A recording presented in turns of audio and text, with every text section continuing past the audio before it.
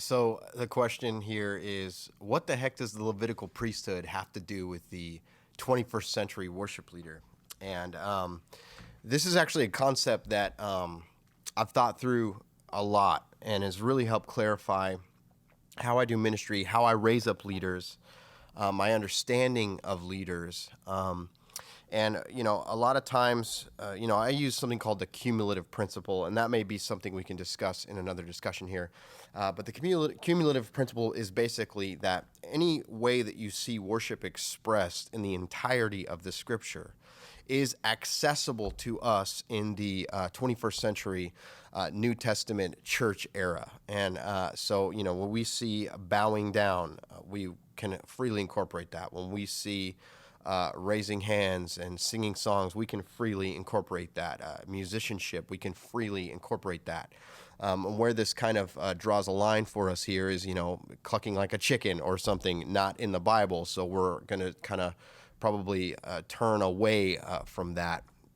And so the idea of the modern worship leader, the way that we lead worship, where we have our 4 or 5 song sets and we have tracks that we got off multitracks.com, or maybe we're fortunate enough to have a producer on staff that's able to make those for us. We have a music director. In our culture, we have a music director who's telling us what to do in our ears, and we have an electronic voice whom we affectionately call Rita, telling us what to do, and sometimes they're telling us to do 2 different things, and we got to figure out which one to do in the moment. And so, how much of this is in the Old Testament? Well, none of it is. There is no Rita in the Old Testament. Man, I need to fact check that. I'm not sure if that's true or not, but there is no electronic voice telling you in your ears to go to the chorus or the bridge next.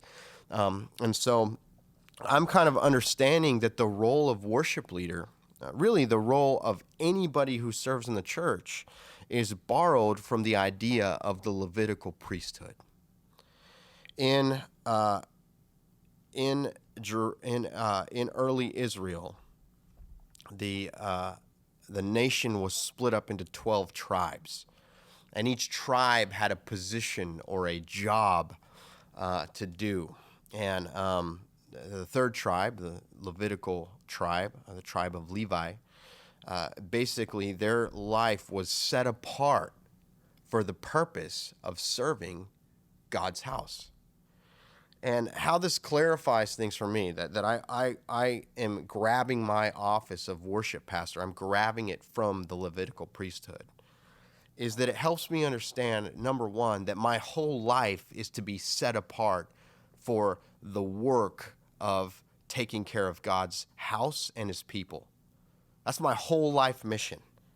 It's understanding that this is the primary function of my life. I'm set apart for that purpose.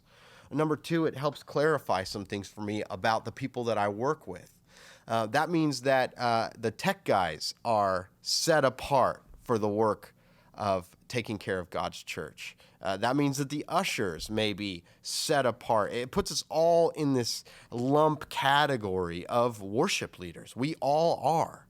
I've had discussions about tech and technical arts, and I've been around it and using it, and in planning churches, I served as a technical director and worship director at the same time. I've worn those hats together, and in the role that I'm currently in, our teams are one. We are one team. We function as one team, and we came up with that idea not only because I think it works, but because I realized that we all borrow our authority from the same place.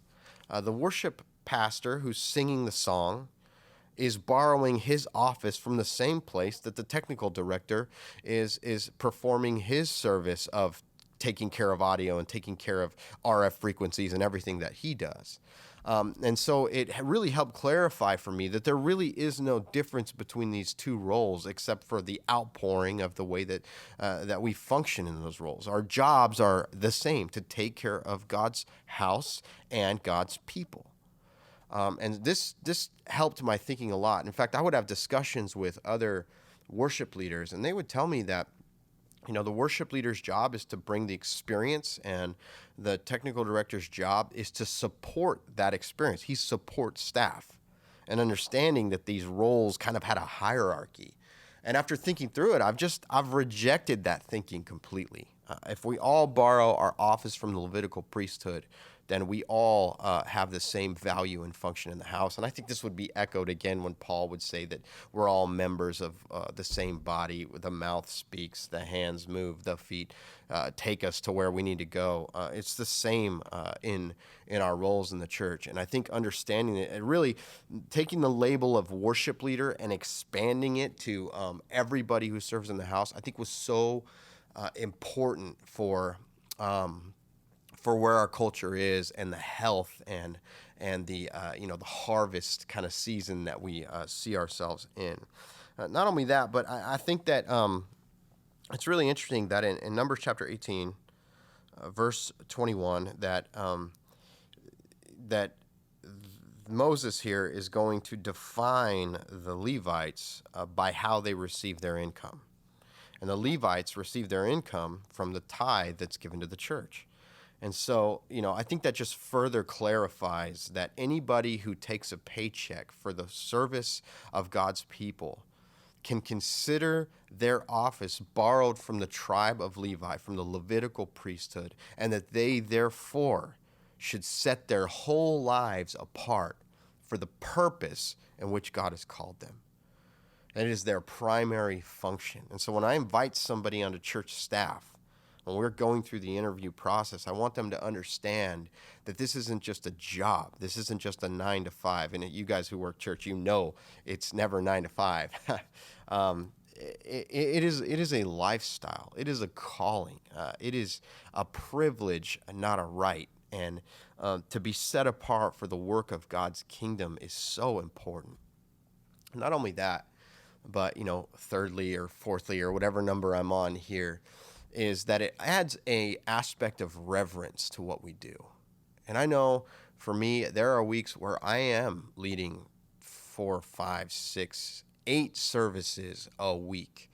And there are songs that need to be sung, and they need to be sung well, and there's specials that need to be performed, and we're doing productions, and we got rehearsals, and it can become a grind, it can become monotonous. But when I understand that my calling is derived from the Levitical priesthood, you know what? There is a reverence that comes with that. There is the realization that the Levites and the Levitical priesthood, man, they had to treat their job so seriously. They had to come with an expectation for God's holiness. The instruments would be perfectly clean. They'd be perfectly ordered. The everything would be perfectly to mathematical precision when it came to God's house. And so how much more here in the New Testament, now being redeemed by Jesus, now being on the other side of the cross and the resurrection, how much more should we bring an awe and a reverence to what we do? How much more should we bring precision? I like to make a joke about looking at Ableton. I want to look at Ableton, and I want to cry tears of joy because of how beautifully perfected it is when we walk into a service. Why not? If we borrow our calling from the Levitical priesthood to see how seriously they took what they did and the awe and the reverence that they came with, how much more should we not approach things ready to bring our best, our first fruits every single time? And so that is just interwoven into who I am as a leader, and it's interwoven to the culture here at Shoreline in Austin, Texas. And there, I'm just seeing the fruit. It's just so beautiful and wonderful. And I'm watching people who are volunteers wanting to step more into that giving of their full life into the service of God's church, and really seeing it as part of their identity, that they are God's chosen vessel for the service of His church and His people. And I just think it's powerful. And when a worship leader, when a technical pastor, when an audio engineer can step into that role and consider themselves a worship leader whose life's purpose is this soundboard, man, you can't stop what God's going to do in a culture like that.